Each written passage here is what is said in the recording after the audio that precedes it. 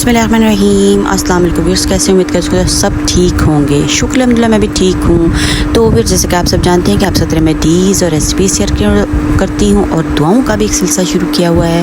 तो व्यूअर्स, आज की जो दुआ मैंने आपको बतानी है, जो कुरानी लफ्ज़ बताना है, वो माशाल्लाह से बहुत ही इम्पोर्टेंट है। जैसा कि सब जानते हैं कि ईद उल अज़हा की आमद है और ज़िल हज का जो है वो अशरा चल रहा है। माशाल्लाह से सब दुआएं मांग रहे होंगे और अल्लाह ताला की रहमतें और बरकतें समेट रहे होंगे। और व्यूअर्स, आपने मुझे भी याद रखना है दुआओं में, मुझे और मेरी फैमिली को भी याद रखना है। तो व्यूअर्स, आज का जो वीडियो है वो बहुत ही अहम है, जो मैंने आप लोगों के लिए जिस वीडियो की सिलेक्शन की है वो माशाल्लाह से बहुत ही व्यूअर्स आपके लिए फ़ायदेमंद होने वाली है इंशाअल्लाह व ताला अल्लाह के हुक्म से। तो ये कुरानी लफ्ज़ है। तो व्यूअर्स, कोई भी ख़रीदारी हो या कुर्बानी का जानवर हो,